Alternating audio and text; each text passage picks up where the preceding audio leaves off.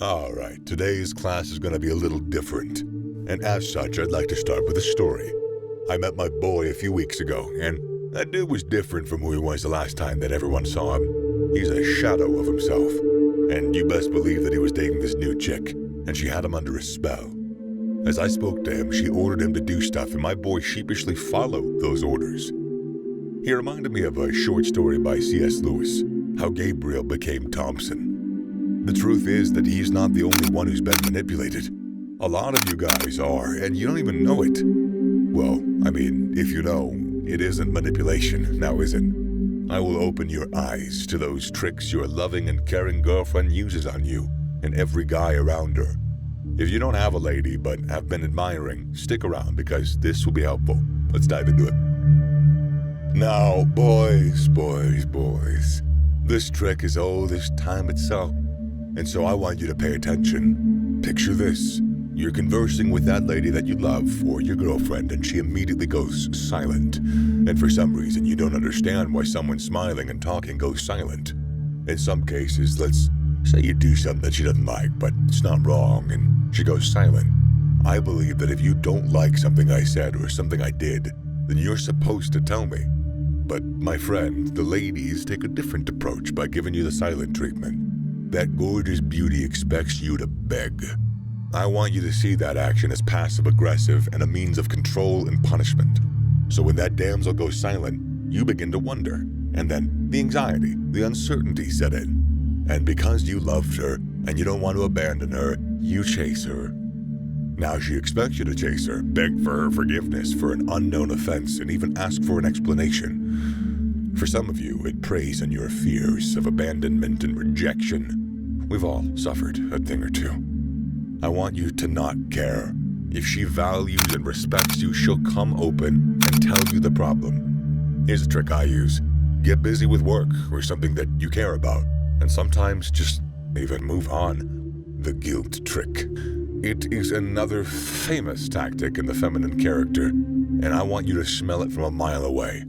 I dated this chick that complains a lot about so much. Now, I get it, you might do some stupid stuff now and then, but we don't leave every day making mistakes. Or else, what would we say of experience?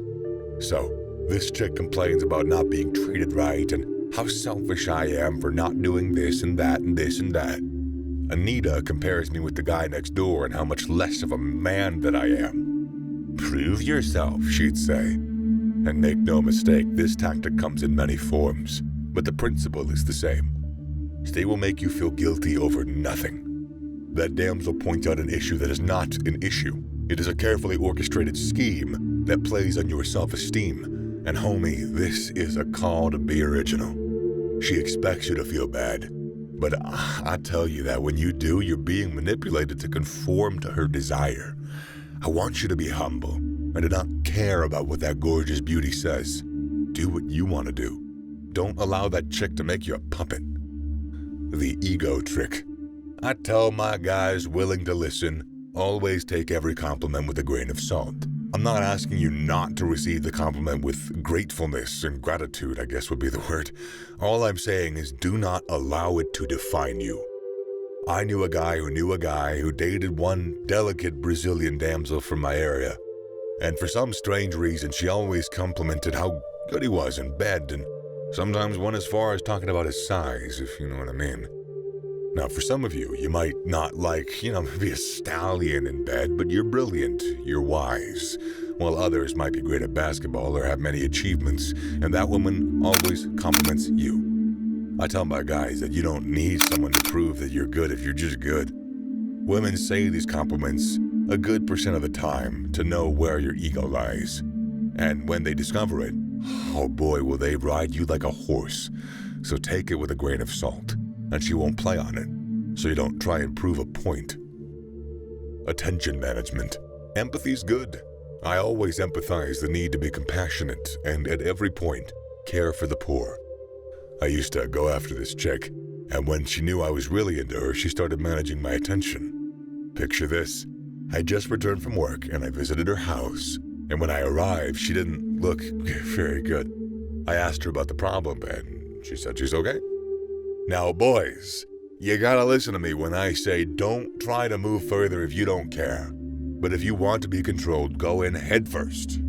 For some of you, watching and listening might be via text. For others, it might be while video chatting. You gotta understand that when she does this, she wants you to spend your time going round and round and round and round and round, trying to know what the issue is. And by doing so, she now has your attention. And when she figures that you'll do it repeatedly, she will never stop to say okay and save you the stress of trial and error. Even the good book says, let he who needs help ask. If she doesn't ask for it, my boy, do not stress yourself.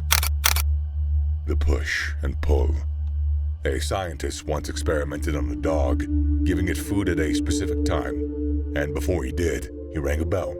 This dog became used to it, so anytime the bell rang, he was expecting a meal. Do you know what happened when he denied the dog food at that specific hour and returned to the routine after a day or two? The dog was hooked and drooling. That damsel mistreats you for a while and after some time comes back and treats you right out of the blue.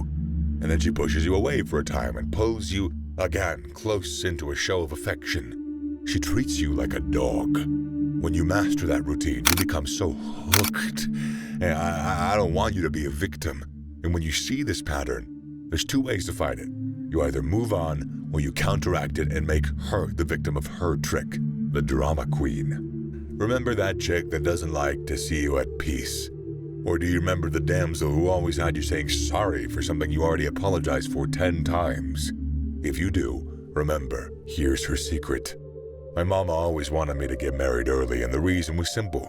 She wanted me to settle down. But contrary to the purpose, these chicks don't want you to settle. You've got a lot of responsibility, and then she adds to it. You've been enjoying the peace in your domain, and she raises an issue that has already been treated. What she intends to gain is attention and, as they say, trying to keep things interesting. Could you imagine that? She raises a settled dust and begins talking about it, and you, my boy, begin apologizing again. She gets the attention when you do, and you constantly walk on eggshells. For these kind of chicks, I say walk away or do as I do. Don't apologize and give them the silent treatment. Crying and helpless. And there she goes again with the tears, you might say. A friend once dated a homegirl who was quite close to me, and when it was all said and done, I called my friend Superman. Whenever he calls or texts her or even sees her, the chick is either sick or having an issue. And when she feigned being helpless, it was always with some waterworks, like a baby.